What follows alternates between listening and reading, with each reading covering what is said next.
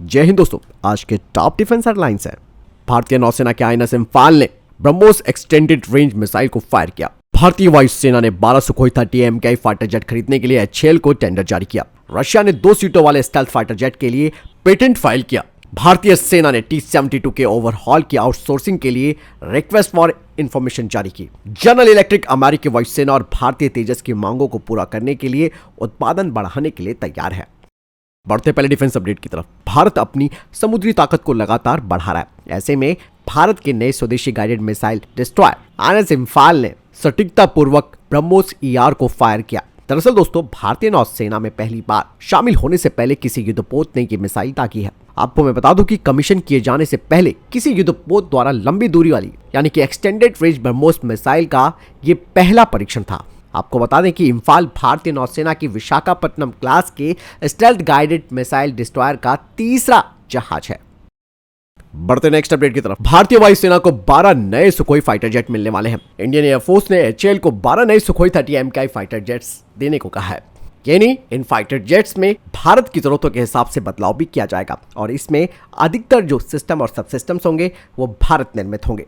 दरअसल ये जो 12 सुखोई फाइटर जेट्स हैं, ये उन सुखोई फाइटर जेट्स की जगह लेंगे जिन्हें हमने हादसे में खो दिया था। वर्तमान में भारतीय वायुसेना के पास 272 सुखोई 30 MKI है और 12 और आ जाने से भारतीय वायुसेना की ताकत और बढ़ जाएगी।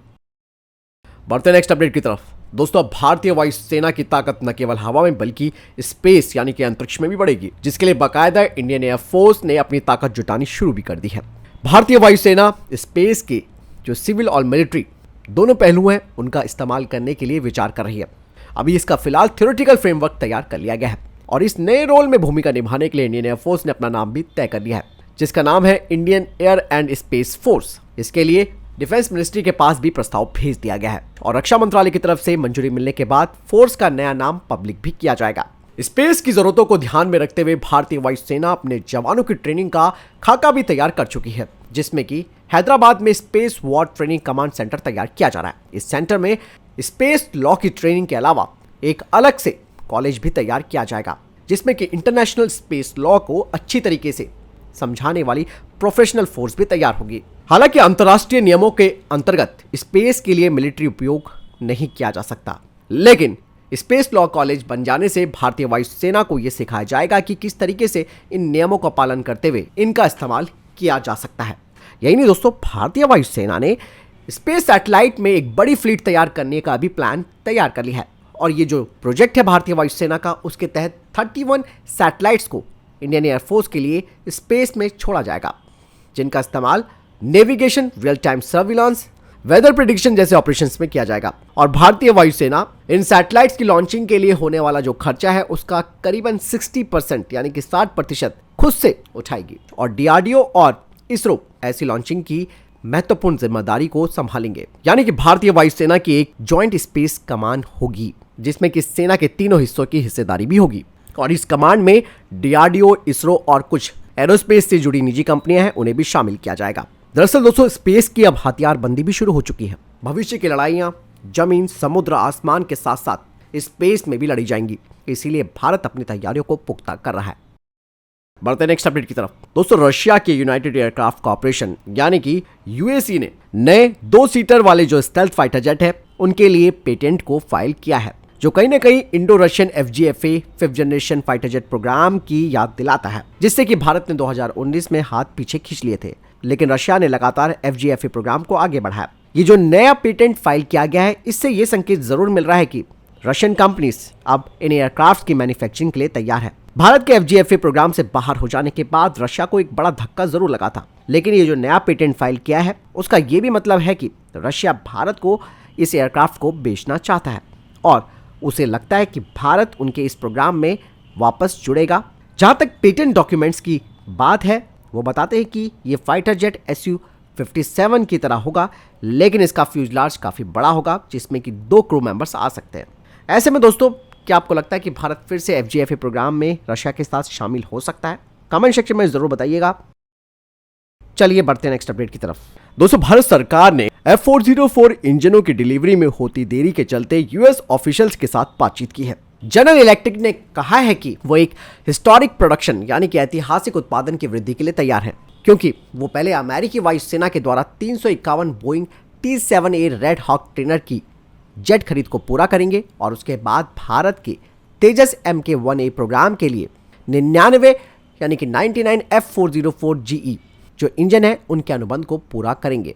GE की तरफ से यह कहा गया है कि सप्लाई चेन की चुनौतियों की वजह से इन इंजनों की डिलीवरी में देरी हुई है, लेकिन वो अपने अनुबंध को पूरा जरूर करेंगे।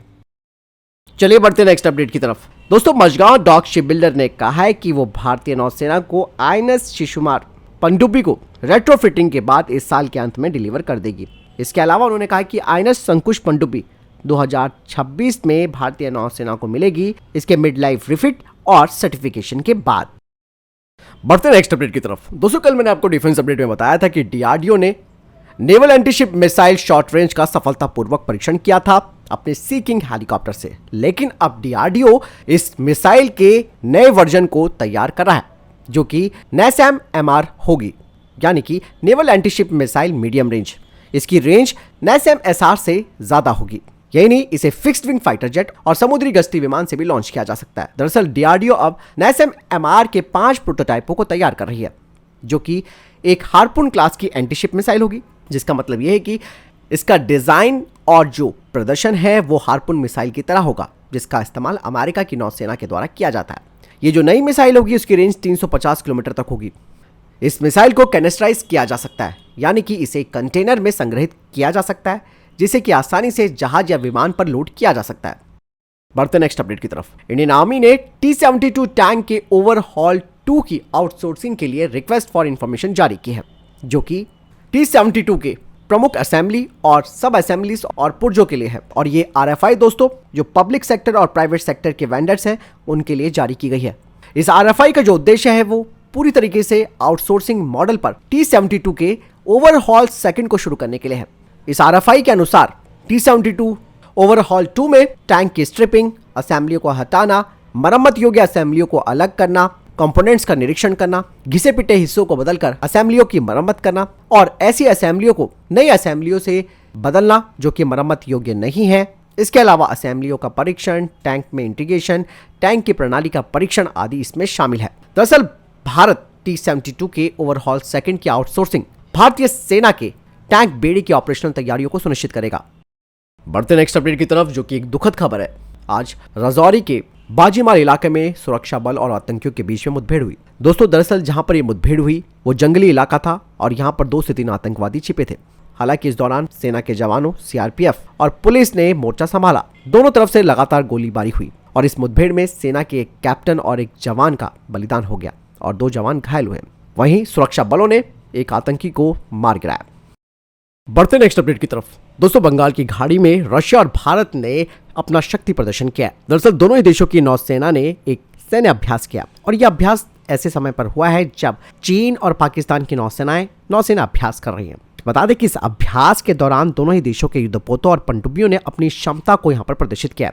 दरअसल इस वक्त रशियन नेवी का जो प्रशांत बेड़ा है वो भारत में आया हुआ है। ये बेड़ा पूर्व में विशाखापत्तनम बंदरगाह पर ठहरा हुआ है। दरअसल इस युद्धाभ्यास का जो उद्देश्य है वो दोनों देशों के बीच नौसैनिक क्षेत्र में सहयोग को और बढ़ाना है, ताकि संयुक्त रूप से वैश्विक खतरों का मुकाबला और एशिया प्रशांत क्षेत्र में नागरिक नेविगेशन की सुरक्षा को भी सुनिश्चित करना है।